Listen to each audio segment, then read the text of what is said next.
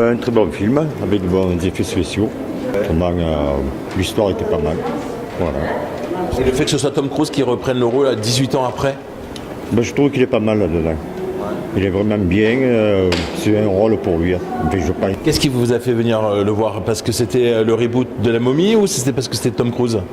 Non, c'est pour revoir le film comme il était, refait enfin, à l'époque actuelle, quoi. Et Tom Cruise aussi, parce que j'aimais bien l'acteur. Il est sympathique. Il a une tête sympathique, il mêle un peu le comique et le sérieux. Il y a une très très belle scène avec l'avion. Oui, mais enfin un peu irréaliste. Ça a été vraiment un peu réaliste. Je pense que quand il y a un crash d'avion comme ça ne se passait pas comme ça. La grosse différence entre La Momie originale en 99 et celui-ci? L'histoire est plus jolie, je trouve. Baisse-toi! Cours! Oh non, on va crever!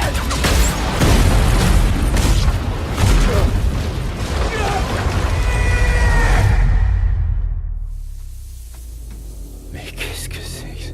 Je suis un peu déçu quand même. Déçu de quoi alors? Vas-y. Ça fait pas assez peur. Sympa. Sympa? Ouais. Ah, En plus? sympa. Faut voir la suite. Ouais. Faut voir la suite. Il fallait installer le film en fait. Ouais. Vous avez vu la première version de La Momie?